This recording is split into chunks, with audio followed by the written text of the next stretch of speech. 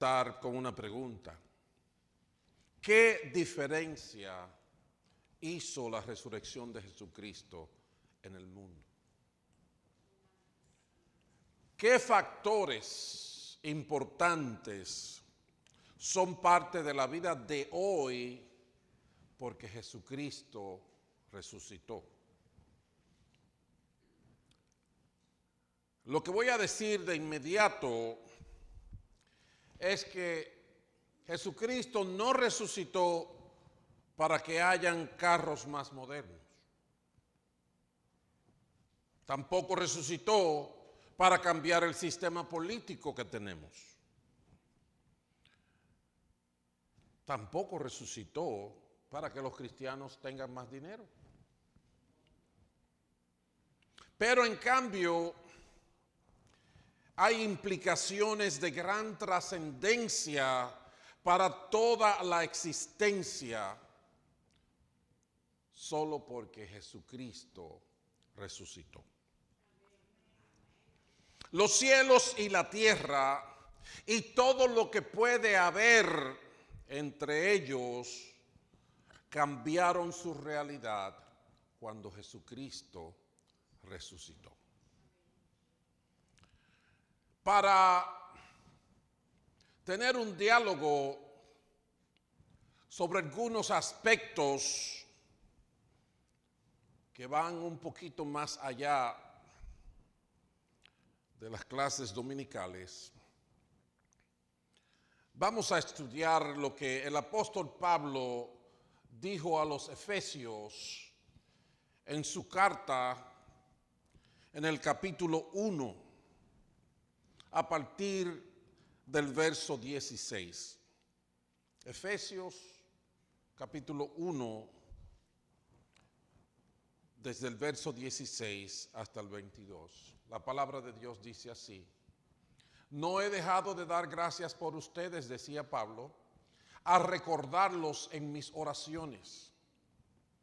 Pido que el Dios de nuestro Señor Jesucristo, el Padre glorioso, les dé el espíritu de sabiduría y de revelación para que lo conozcan mejor. Y antes de yo seguir, porque todavía el texto tiene más, quiero hacer un paréntesis en esta primera parte para hacer un llamado a todos nosotros.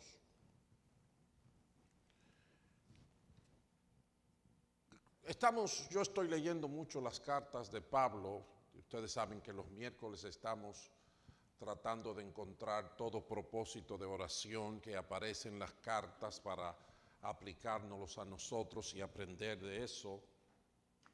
Y en eso estoy mirando mucho esas cartas y de repente me doy cuenta que muchas de ellas, Pablo de manera insistente se regocija en la obra de Dios entre ellos y entonces ora. Y en muchos casos él pide algo parecido a esto que está pidiendo aquí. Pido que el Dios de nuestro Señor Jesucristo, el Padre glorioso, les dé el espíritu de sabiduría y de revelación para que lo conozcan. Venimos a Cristo y nos regocijamos en su misericordia, en su amor, en su perdón, en la liberación del pecado. En una nueva vida que comienza en un contexto diferente, con mucha gente que también están en ese camino y nos hacen compañía y nos brindan su amor y nos apoyamos el uno al otro. Pero tenemos que entender algo, y es que cuando venimos al Señor no podemos conformarnos con un ambiente bonito. No podemos conformarnos con la experiencia de la consolación y de la apertura de que ahora soy recibido en el reino del Padre. Eso es bonito, eso es hermoso. Pero necesitamos, como dice Pablo insistentemente a esas iglesias, necesitamos nosotros sabiduría. Necesitamos entendimiento. Pero no sabiduría para recibir una beca en la universidad de mi elección. Es sabiduría y revelación que me ayuden a conocer a mi Dios de una manera cada vez mejor. Necesito entendimiento, necesito ejercitar el pensamiento, la evaluación, la meditación, la oración en su presencia. No te conformes con un ambiente bonito, con una buena comida, con una buena cherchita. A nosotros nos fascina la chercha. Estar riéndonos, gozando, vamos para aquí, vamos para allá. A veces se nos van las palabritas para donde no tienen que irse. Entonces, noten eso. Y cuando lean las otras cartas del apóstol Pablo, fíjense con cuánta frecuencia él se goza en lo hermoso que Dios está haciendo entre ellos. Y dice, pido porque Dios les dé más entendimiento sobre lo que Él hace con ustedes. Que lo conozcamos mejor, que nosotros tengamos más juicio sobre la realidad. Y una cosa importante que ustedes tienen que darse cuenta ahí, es una palabra que no es común cuando se habla de conocimiento en el mundo secular. Y es la palabra revelación.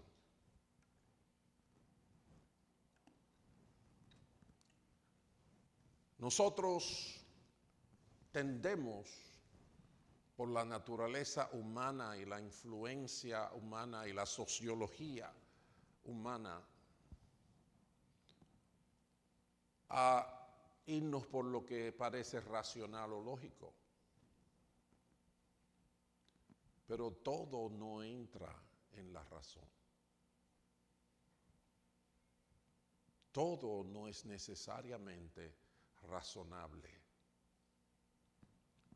De dónde venimos y hacia dónde vamos, no hay mente que haya podido responder. Y en ese sentido necesitamos revelación. Pero no estoy hablando de que tuve un sueño. Yo no soy Martin Luther King. Un sueño bonito. No.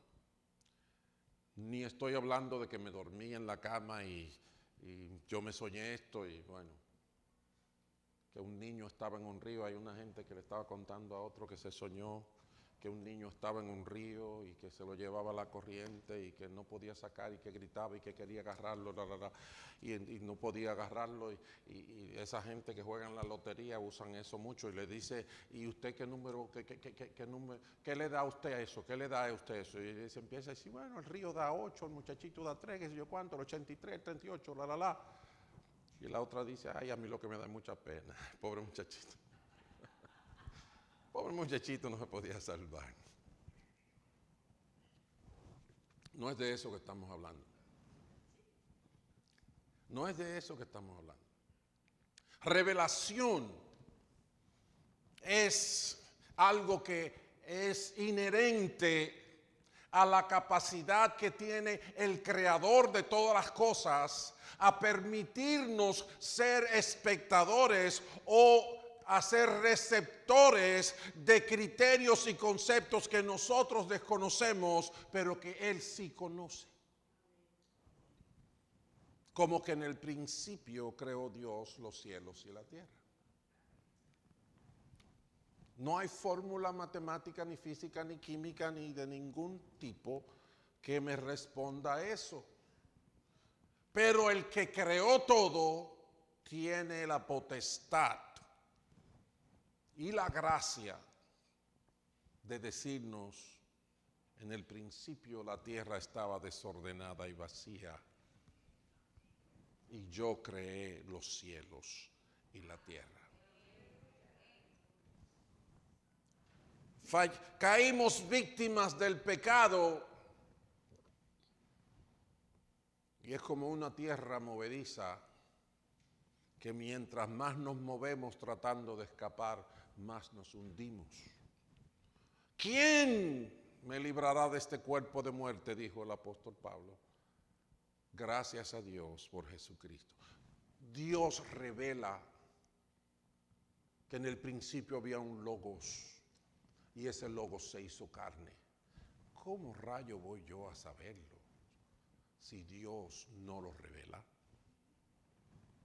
Entonces necesitamos revelación.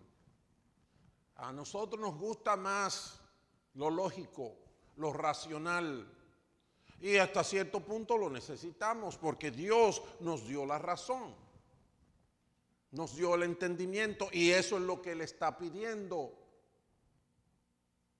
Una razón y un entendimiento para bien es sabiduría. Pero para que haya sabiduría tiene que haber una esencia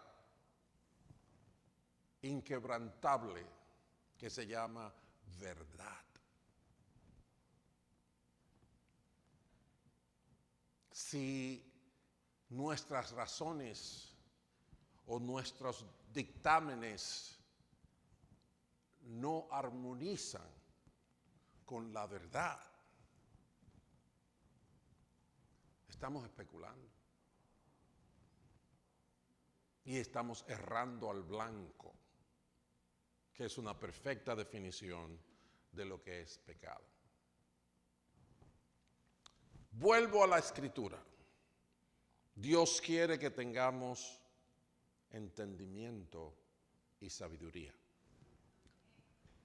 Pido también, en el verso 18, dice el apóstol Pablo, que les sean iluminados los ojos del corazón. Esa es una parte importante, porque aunque tengamos la verdad delante, si nuestro corazón se resiste, viendo no vamos a ver, oyendo no vamos a escuchar. Y dice Dios, y yo no los voy a sanar. Pido que les sean iluminados los ojos del corazón para que sepan a qué esperanza Él los ha llamado, cuál es la riqueza de su gloriosa herencia entre pueblo santo, y cuán incomparable es la grandeza de su poder a favor de los que creemos. Ese poder es la fuerza grandiosa y eficaz que Dios ejerció en Cristo cuando lo resucitó. Y aquí entra la relevancia de la resurrección. Ese poder es la fuerza grandiosa y eficaz que Dios ejerció en Cristo cuando lo resucitó de entre los muertos y lo sentó a su derecha en las regiones celestiales. Fíjense que está hablando de que ese poder grande, nosotros necesitamos entender y ver que opera a favor de los que creen. Porque de otra forma nos consideraremos desamparados, y porque de otra forma yo siempre voy a tener la tentación de confiar en lo que yo puedo hacer y no en lo que Dios ha hecho.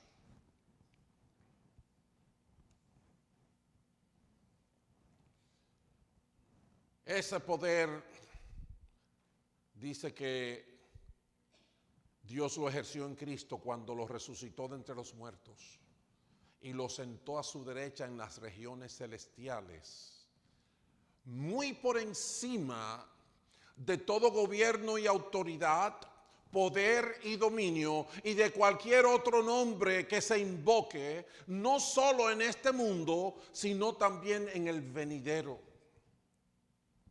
Dios sometió todas las cosas al dominio de Cristo y lo dio como cabeza de todo a la iglesia. El apóstol tuvo grandes aventuras en la ciudad de Éfeso. Él fue por allá por un tiempo breve y comenzó la obra. Dios comenzó a tocar corazones. Tuvo que volver y en esa segunda vez tuvo que quedarse allá como unos 3 años. Activamente siendo rechazado por algunos, siendo recibido por muchos otros, haciendo discípulos. A esos discípulos que formó durante ese tiempo, les escribe ahora desde Roma. Y el texto nos deja ver que la conversación con ellos se va a aguas más profundas sobre las verdades espirituales. Si usted no cree que esas son aguas profundas, yo no debía estar predicando aquí.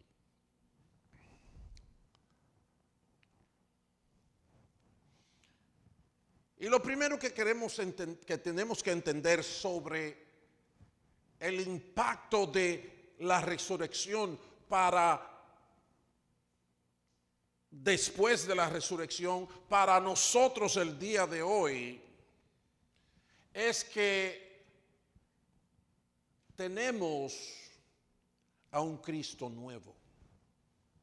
¿Qué quiero decir con eso? Bueno,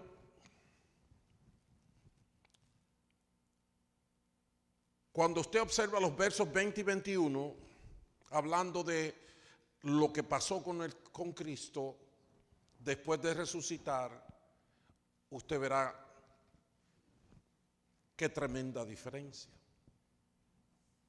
Dice que Dios ejerció en Cristo una fuerza tan grande cuando lo resucitó de entre los muertos, que lo sentó a su derecha en las regiones celestiales. De repente, donde se decide toda la existencia, había el nombramiento de un poder ejecutivo de parte del Padre Celestial, el Cordero de Dios que quita el pecado del mundo. Muy por encima de todo gobierno, si usted quiere inventarse lo que sea, si usted conoce cualquier cosa, muy por encima de eso está Jesucristo. Él fue puesto después que resucitó por encima de todo gobierno y autoridad, poder y dominio y de cualquier otro nombre que se invoque, no antes, no en el medio, no después, ni en lo que viene. No solo en este mundo, sino también en el venidero. Y quizás estamos acostumbrados a adorar a Dios, a adorar al Señor. Lo hemos visto tanto. Pero quizás eso de estar acostumbrado nos hace perder de vista el contraste. ¿Qué quiero decir con eso? Bueno, que antes de que Jesucristo resucitara, Él no estaba en esa posición. Al contrario, en Filipenses dice que Él no se aferró a ser igual a Dios, se despojó a sí mismo y se hizo obediente hasta la muerte. O sea que en vez de Él ser la autoridad, Él estaba bajo muchas autoridades. Y cuando se anuncia al siervo de Dios en la profecía de Isaías, unos 700 años aproximadamente antes de que Jesucristo viniera al mundo, mire cómo se habla de lo que Él iba a hacer antes de resucitar. Maltratado y humillado, Ni siquiera abrió su boca, como cordero fue llevado al matadero, como oveja que enmudece ante su trasquilador. Ni siquiera abrió su boca. Después de aprenderlo y juzgarlo, le dieron muerte. Nadie se preocupó de su descendencia. Fue arrancado de la tierra de los vivientes y golpeado por la rebelión de mi pueblo. ¿No ven el contraste entre el Jesucristo que está hablando Pablo en Efesios y este Cordero, este Mesías prometido de Dios?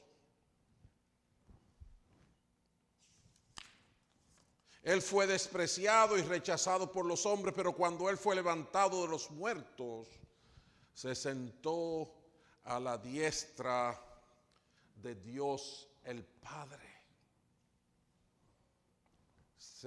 Dios lo sentó a su diestra en las regiones celestiales, muy por encima de todo lo que tiene poder y autoridad. De todo. De una manera enfática y única. No solo para el momento que se vivía, sino para todos los tiempos. La autoridad y el poder del Cristo resucitado es absoluta e incomparable. No sé si recuerdan cuando Jesús comenzó a anunciarle a sus discípulos lo que le iba a pasar. Cuando él hablaba de cómo los líderes religiosos, los jefes de los sacerdotes, los maestros de la ley, le harían sufrir, lo castigarían, lo humillarían y finalmente lo matarían. ¿Se acuerdan la reacción de Pedro? No, de ninguna manera. No. Inaceptable. Cuán vulnerable era el cordero pascual que se habría de sacrificar. ¿Recuerdan en el libro de Éxodo 12? Se escogió un cordero con una intención previa, fría y calculada de sacrificarlo. Ese era el Cristo sin crucificar.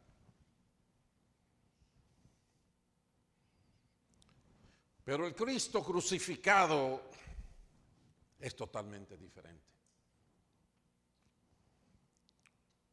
Si nosotros vamos al libro de Apocalipsis, entre los capítulos 4 al 6 se habla de un cordero que ahora también es león, un cordero vulnerable, un cordero pascual, que pasó de ser cordero a león y que ha vencido y que tiene toda la autoridad de manera exclusiva para romper los sellos de un rollo escrito. Y ese rollo es un asunto de mucho cuidado, causa de mucho temor, porque en ese rollo escrito se determinan las sentencias finales de casi toda la existencia. Pero en el capítulo 5, yo quiero que ustedes vean quién es el Cristo resucitado. Vamos a leer todo el capítulo. Y en ese capítulo, usted se va a fijar cómo la escena demanda silencio, respeto, humillación, reconocimiento al Cordero de Dios. Vamos a leer. Ustedes pueden coger sus Biblias, me pueden seguir, como ustedes quieran. Dice que en la mano derecha del que estaba sentado en el trono, porque se habla de un trono donde está el Padre Celestial. En la mano derecha del que estaba sentado en el trono vi un rollo escrito por ambos lados y sellado con 7 sellos. Cuando en la antigüedad los tetrarcas, los magnates, los reyes escribían algo que tenía que ser dado específicamente a una persona, lo sellaban. Y si alguien rompía ese sello, ay de él. Este rollo tenía no un sello, tenía 7 sellos. Como quien dice, esto es el hermetismo perfecto, absoluto, irrevocable. Un rollo escrito por ambos lados y sellado con 7 sellos. También vi a un ángel poderoso que proclamaba a gran voz: ¿quién es digno de romper los sellos y de abrir el rollo? Pero ni en el cielo, ni en la tierra, ni debajo de la tierra hubo nadie capaz de abrirlo, ni de examinar su contenido. Y dice Juan, yo lloraba mucho. Yo lloraba mucho porque no se había encontrado a nadie que fuera digno de abrir el rollo ni de examinar su contenido. Uno de los ancianos me dijo: deja de llorar, que ya el león de la tribu de Judá, la raíz de David, ha vencido. Él sí puede abrir el rollo y sus 7 sellos. Él sí puede abrir el rollo y sus 7 sellos. Entonces vi en medio de los 4 seres vivientes, del trono y los ancianos, a un cordero que estaba de pie y parecía haber sido sacrificado. Tenía 7 cuernos y 7 ojos, que son los 7 espíritus de Dios enviados por toda la tierra. Se acercó y recibió el rollo de la mano derecha del que estaba sentado en el trono. Cuando lo tomó, los 4 seres vivientes y los 24 ancianos se postraron delante del Cordero. Cada uno tenía una arpa y copas de oro llenas de incienso, que son las oraciones del pueblo de Dios. Y entonaban este nuevo cántico: digno eres de recibir el rollo escrito y de romper sus sellos, porque fuiste sacrificado y con tu sangre compraste para Dios gente de toda tribu, lengua, pueblo y nación. De ellos hiciste un reino, los hiciste sacerdotes al servicio de nuestro Dios, y reinarán sobre la tierra. Luego miré y oí la voz de muchos ángeles que estaban alrededor del trono, de los seres vivientes y de los ancianos. El número de ellos eran millares de millares y millones de millones. Cantaban con todas sus fuerzas: digno es el Cordero que ha sido sacrificado de recibir el poder, la riqueza y la sabiduría, la fortaleza y la honra, la gloria y la alabanza.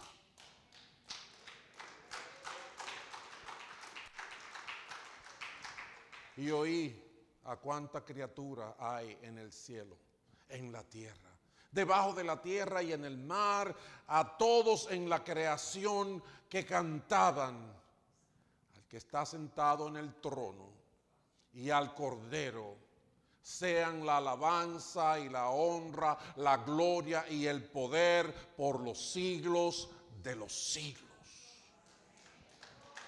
Aleluya. Bendito su nombre para siempre, bendito su nombre. Los 4 seres vivientes exclamaron: amén, mientras los ancianos se postraron y adoraron.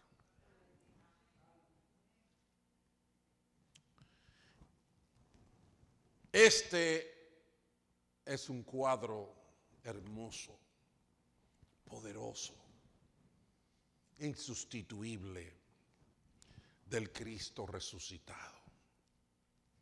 Es un nuevo Cristo con todo poder y autoridad y con toda gloria.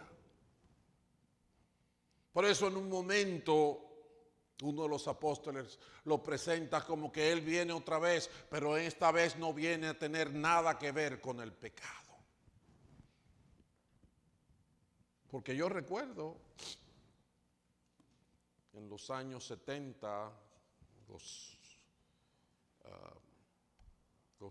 la última mitad de los años 70, todavía existían las reminiscencias del comunismo partidista. El comunismo tiene una cosa increíblemente contradictoria, porque si usted discutía con un comunista en aquel tiempo, ellos decían que el primer comunista se llamaba Jesucristo.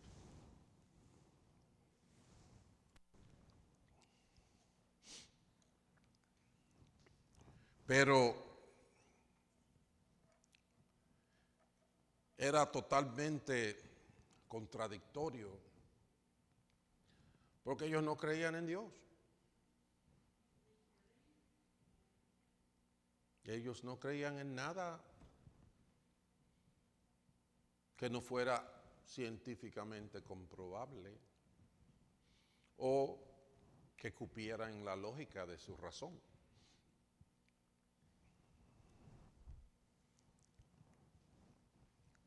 Sin embargo, le gustaba Jesucristo por las obras que hacía, pero no tenían la menor idea de a dónde trascendía el poder y la autoridad del Cristo resucitado.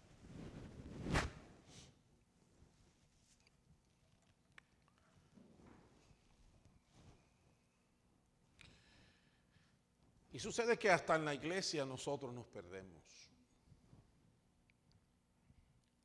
A veces en la iglesia pensamos que si logramos portarnos bien,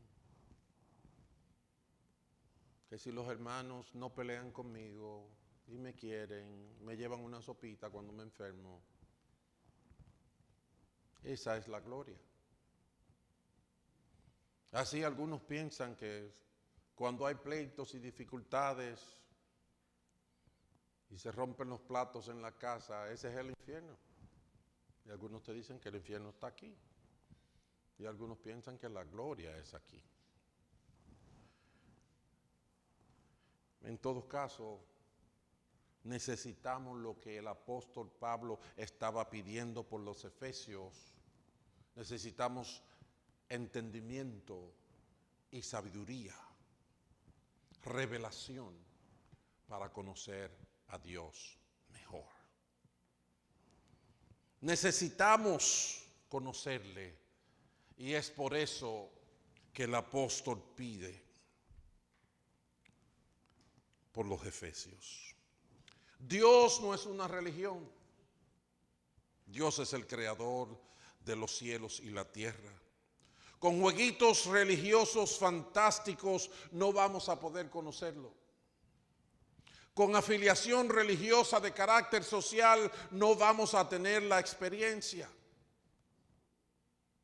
En Juan 17 el Señor Jesucristo dijo que si usted quiere saber lo que es la vida eterna, quiere saber la esencia de la vida eterna, tiene que ver con conocer al Dios de los cielos. Esta es la vida eterna, que te conozcan a ti, el único Dios verdadero, y a Jesucristo a quien tú has enviado. Si te sientes bien, si progresas económicamente, si eres bien aceptado, aceptada, pero no conoces al que creó los cielos y la tierra, estás en el lugar equivocado. Tienes bienestar por un momento, camino a una perdición eterna.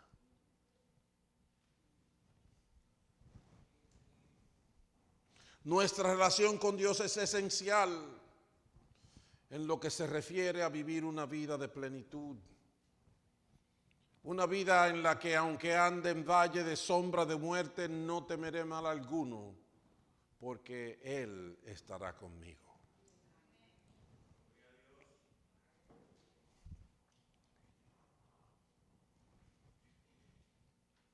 Pablo le dice a los colosenses que él anunciaba el misterio que se había mantenido oculto por siglos y generaciones, pero que ahora se había manifestado a su pueblo santo. Y el misterio era el evangelio que consistía en Dios habitando en nosotros.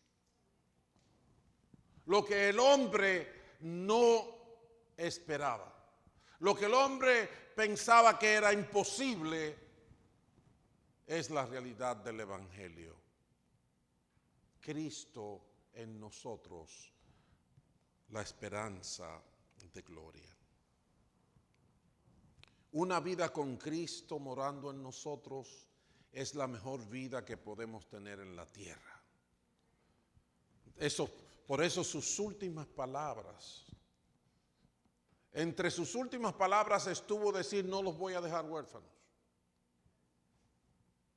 El Consolador, el Espíritu Santo, a quien el Padre enviará en mi nombre, Él los va a guiar a toda verdad.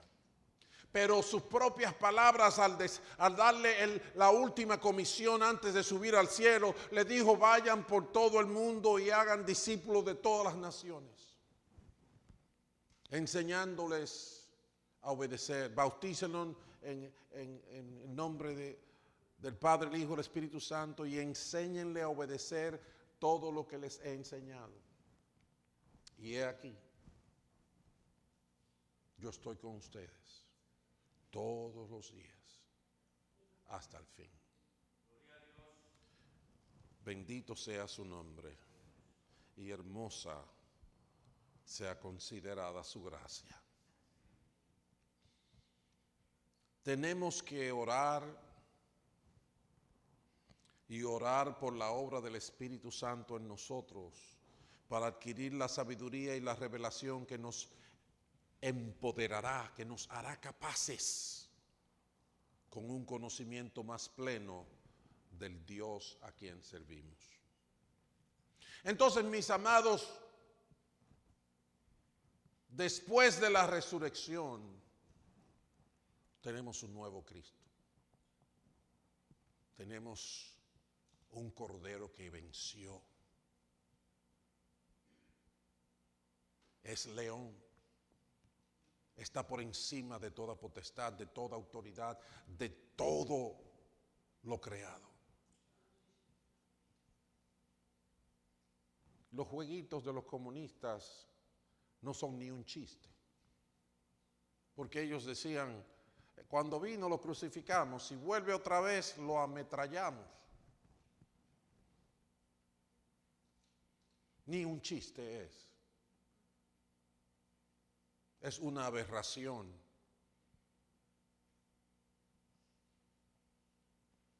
Una ignorancia a la máxima expresión, que pone en peligro sus vidas para una condenación eterna.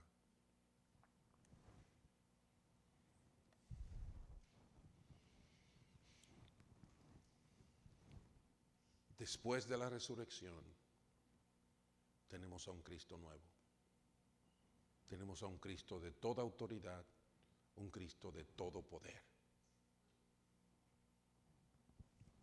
Pero también hay otro punto que tenemos después de la resurrección, que está contenido en el texto de hoy.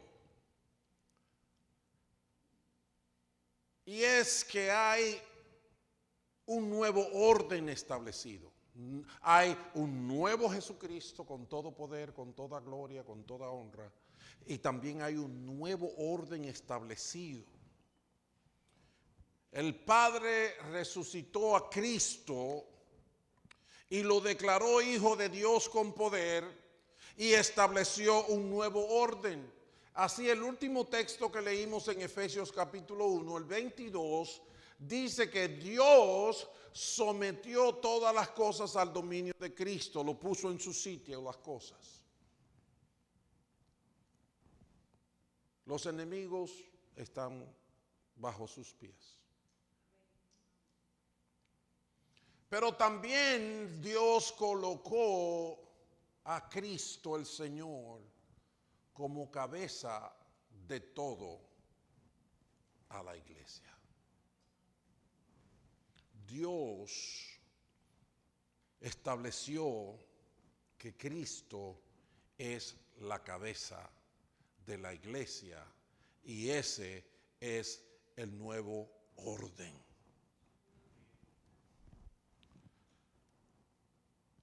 Nosotros sabemos, nosotros entendemos esa ilustración, porque conocemos que en la cabeza está el centro de dirección operacional del cuerpo. Un cuerpo funciona sin pie, un cuerpo funciona sin manos, un cuerpo funciona sin oídos, un cuerpo funciona sin costillas y hasta sin corazón. Pero no funciona sin cabeza. La cabeza es el centro de la toma de decisiones. Es por eso que Jesús dijo, hagan discípulos enseñándoles a obedecer todo lo que les he enseñado. En otras palabras, conéctenlo a la cabeza. Conéctenlo a la cabeza. ¿Quién es la cabeza? Es Cristo. La cabeza de la iglesia. Ya no viviremos sometidos a la ley esperando al Mesías prometido, porque el Mesías hace rato que llegó y se sacrificó como el Cordero Pascual y ahora está a la derecha de Dios Padre como Señor de todo lo que existe. Es por eso que Cristo es el camino. Es por eso que Cristo es la verdad. Es por eso que Cristo es la vida y que nadie va al Padre si no es por Él. Y nosotros queriendo discutir y razonar y establecer una justicia que nosotros no podemos agarrar ni con un tenedor. Dios es Dios. Nosotros somos criaturas por el amor de Dios. ¿Cuándo lo vamos a entender? Todo se somete a Cristo, por eso en el nuevo orden de la vida nos arrepentimos y confesamos que Jesucristo es el Señor para la gloria de Dios Padre. Yo sé, de todas maneras, que esa no es la parte más difícil del orden establecido por Dios. Nosotros tenemos más problemas con lo que Dios ha hecho de la iglesia que con lo que Dios hizo con su Hijo Jesucristo, aunque una cosa implica la otra. Porque en total es Dios quien está obrando, es Dios quien está estableciendo los principios y las realidades.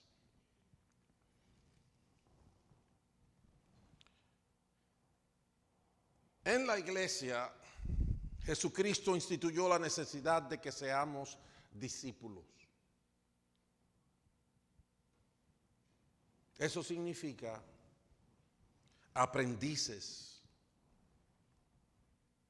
significa pupilos que están siendo entrenados, que están aprendiendo, que se están desarrollando conforme a la imagen de su Hijo.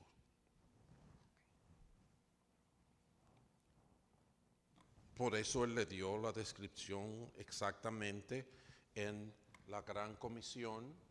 Él los mandó diciendo, hagan discípulos, bautizándolos. Tienen que ser gente que tomen una decisión, que reconozcan el señorío de Cristo.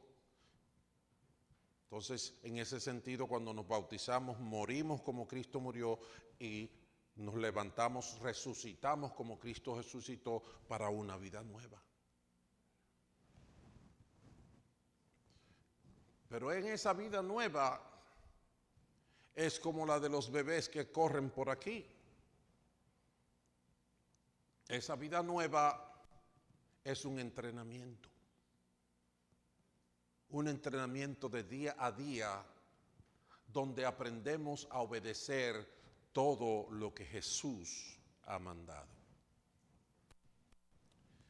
Hay muchos de nosotros que simplemente creemos que nos sacamos la lotería.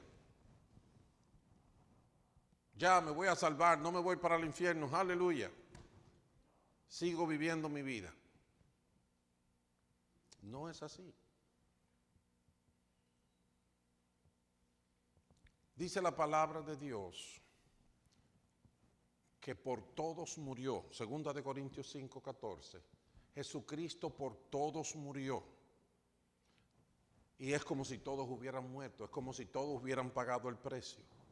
Pero por todos murió para que los que vivan ya no vivan para sí, sino para aquel que murió y resucitó por ellos. Él no está muerto.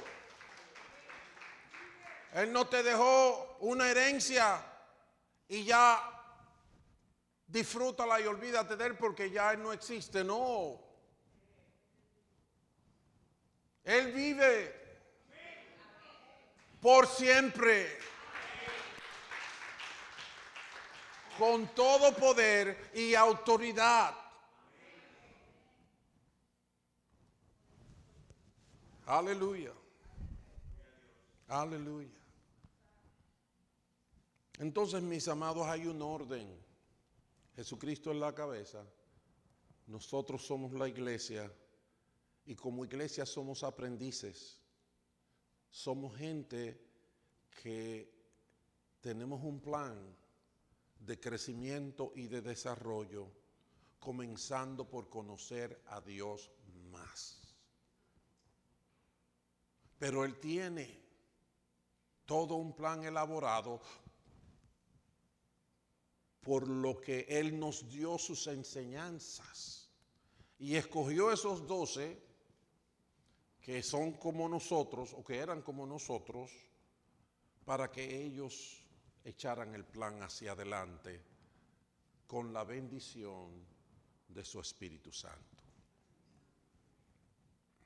Y entonces oró al Padre, diciendo: Señor, yo oro no solamente por estos que tú me has dado, sino que oro también por aquellos que van a creer por la palabra de ellos. ¿Te diste cuenta de que estás en la Biblia? ¿Te diste cuenta que está tu nombre? ¿Te diste cuenta que el corazón de Dios está en ti? Bendito sea su nombre para siempre. Bendito su nombre por siempre. Y yo les voy a decir algo, nosotros tenemos problemas muy serios. Fíjense cómo Jesús habla ahí. Él no habla como el siervo de Dios de Isaías, diciendo: ay, yo voy a llevar sus cargas, yo voy a ser maltratado, va a ser difícil. No, ya Él resucitó. Él dice: toda autoridad me es dada en el cielo y en la tierra. No nos perdamos. Yo creo que nosotros nos perdemos. Y yo he fallado muchas veces por tonto, porque me creo que soy yo que lo estoy haciendo. Que es porque ya tengo fuerza, es porque ya aprendí, es porque ya esto y lo otro. Y porque Dios hace muchas cosas conmigo, entonces después yo quiero cogerme la gloria. Entonces de repente llego a una pared. Porque no es verdad. Es tan simple y sencillo como eso. El que comenzó en ustedes la buena obra, la va a perfeccionar hasta el día de Cristo.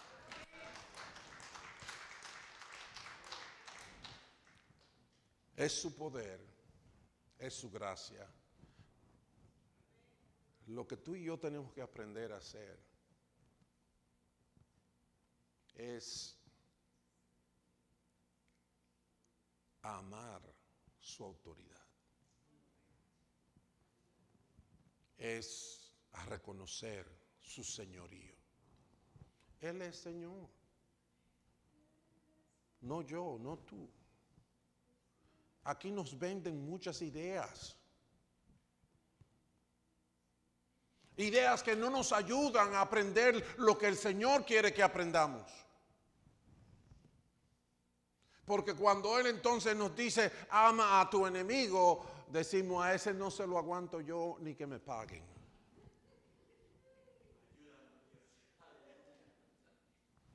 ¿Cierto? ¿Cierto? Buscad primeramente el reino de Dios y su justicia. Eso, ese es un versículo que muchos de nosotros ha pagado una línea aérea para que se lo lleve. Buscar el reino de Dios y su justicia. ¡Fua! Está lejos. Está lejos. Porque tenemos tanto miedo, tanto egoísmo, que humillarse no lo compro. Humildad no la compro. Como el del Salmo 73, empiezo a mirar cómo aquel se para en dos patas y parece que le va bien. Ahorita andaba en un carro nuevo y estaba de viaje y yo aquí pasando trabajo. Y entonces empiezo a preguntarme, ¿valdrá la pena yo sacrificarme aquí? No ponerme a robar como ellos roban. No irme a fiestar para la discoteca como ellos hacen. No acostarme con la mujer del otro como ellos lo están haciendo. Y parece que le va bien. Parece que les va bien. ¿Tú sabes cómo se cura esa enfermedad?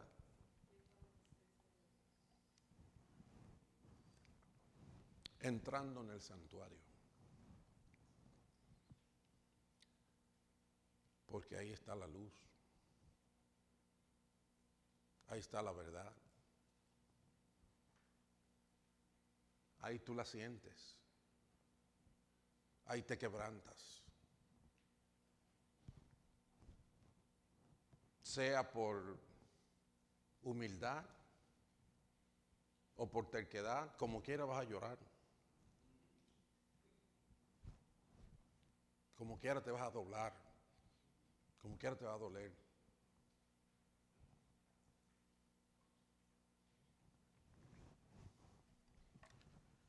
Toda autoridad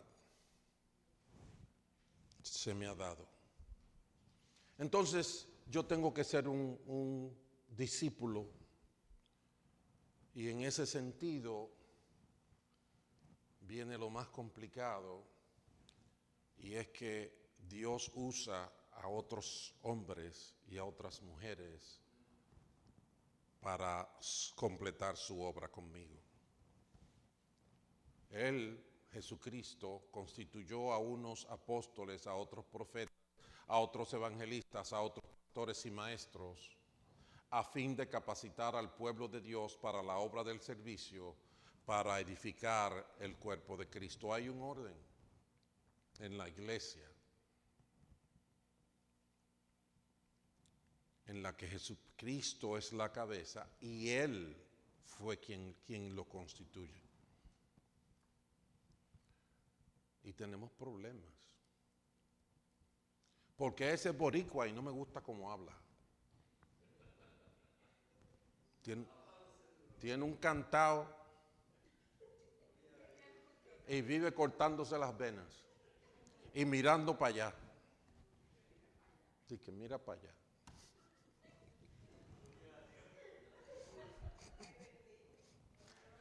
Ahí está.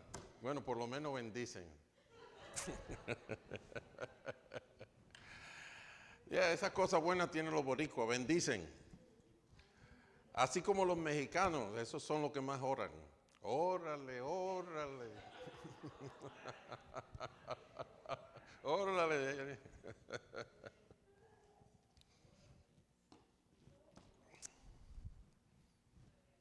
Hay un orden. La gente no quiere venir a la iglesia.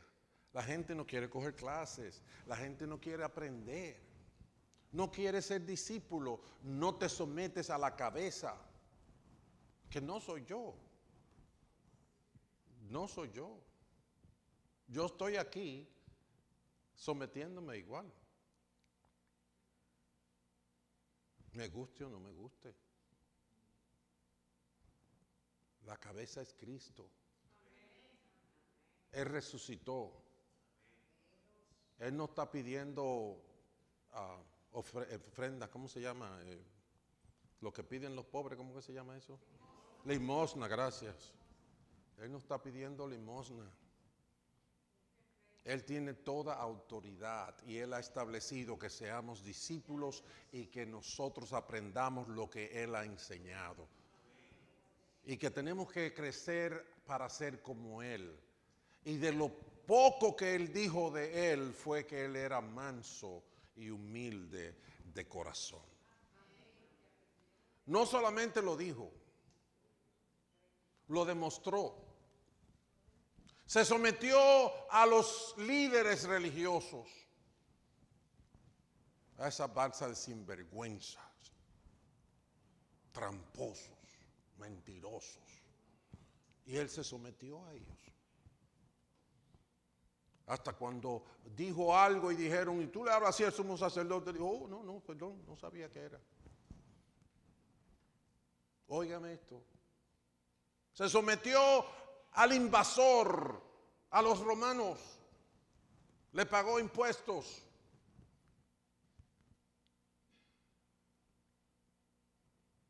Fue para que lo bautizaran.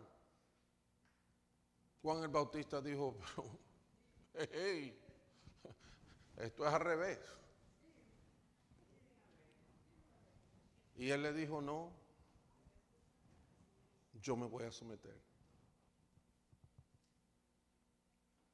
Él fue a la tortura. Pedro le dijo, párate ahí, que tú eres quien tú eres. Y él le dijo, sí,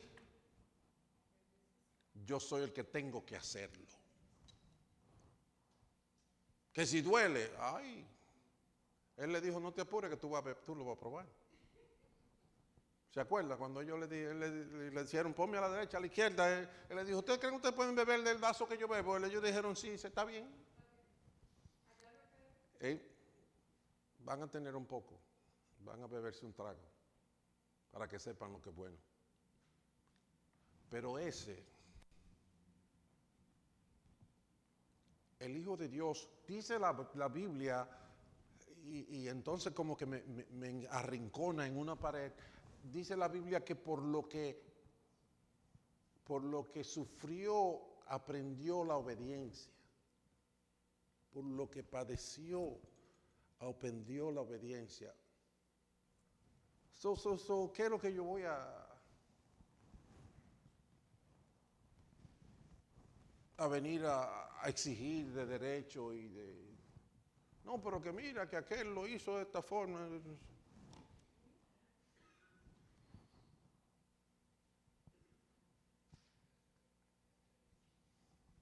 ¿Se acuerdan cuando Pedro, el Señor le dijo, ¿tú me amas?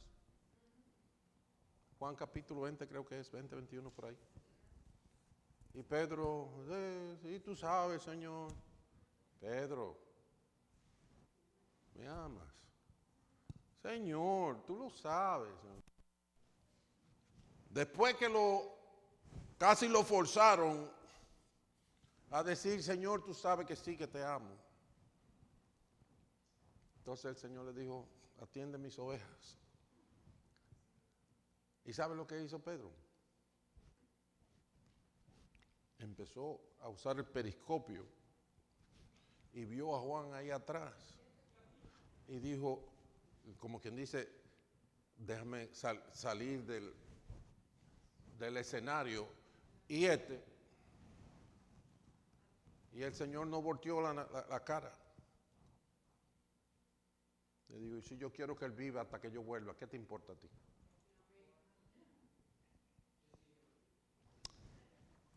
Ya, parece como que yo me la creo, pero yo no me la creo. ¿Se acuerdan cómo anunciaban las noticias en los años 50 y 40 por allá? ¡Extra, extra! Mohamed Ali noqueó a Foreman. No, yo creo que era más para acá. Pues la noticia de hoy es que Jesucristo resucitó. Ya pasó. Él no está camino a la cruz. Amén. Él tiene todo poder y autoridad en los cielos y en la tierra. Podemos conocerlo, Él no está muerto. Tú puedes caminar con Cristo. Y hay un nuevo orden establecido en el que Jesucristo es la cabeza de la iglesia. Cada uno de nosotros y todo el que quiera creer en Cristo está llamado a ser un discípulo. No venga aquí sabiéndosela todas, porque no va a pasar de curso.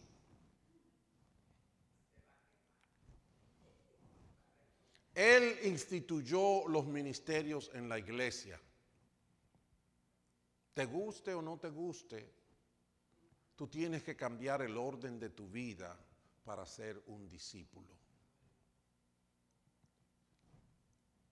Pero hay una gran bendición en la demanda del Señor, y es que Él nos ha dado su Espíritu Santo.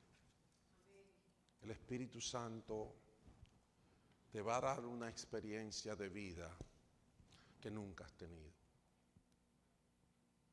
Te va a transformar, te va a dar un poder que jamás has sentido, expresando por el poder para gobernarte a ti mismo. Eso se llama dominio propio. Poder para amar aunque te rechacen. El poder para ser como Cristo, para sanar enfermos, para darle vista a los ciegos, para liberar a los cautivos. Y ciertamente poder sobre toda potestad de las tinieblas. Él vive. Jesucristo resucitó. Vivamos su nuevo orden. Ponte de pie ahí donde estás.